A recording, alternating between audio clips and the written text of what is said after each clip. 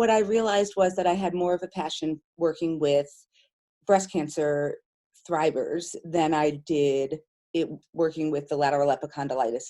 It wasn't as interesting, it wasn't as rewarding, and I sort of felt like the population of individuals who undergo breast cancer surgery are really not focused on in the rehab arena, and they really need to be.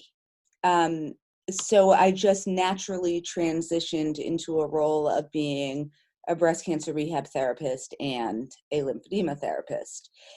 And I sort of play with the rules. And, when you're trained in lymphedema therapy, I know that most of us were told, you work around the radiated tissue, work around the surgical site.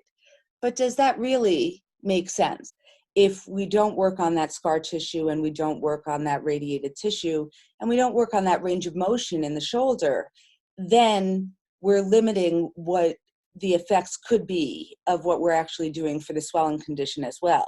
While I'm working on the radiation, while I'm working on the scar tissue, I'm actually really mobilizing that tissue. I'm trying to get as much motion out of it as possible. Because of course, when we're doing the lymphedema therapy in and of itself, we're also redirecting the fluid. So the more that we could open up those areas, the more that all of those non-anatomical structures can function. We live very busy lives, and we don't necessarily have the time or the time off from work or the ability to adhere to every single rule that we're being told. And what is it that our rules are really doing? So I had a client who was a youngish woman. She's in her early 50s. Her children are going to be going to college soon. She's a hairdresser. She endlessly pulls people's hairs down, right, in between the fingers, come down, and she cuts with a scissor. And she would endlessly cut herself. She had more scar tissue in that area than I've ever seen. She was getting cellulitis infections in her hand. And the only advice she had was that she had to retire. And that's really not an option. So I said, okay, let's break it down. You cut hair. Clearly you're going to cut yourself with a scissor. If you cut yourself, what have you been doing? She said, what do you mean?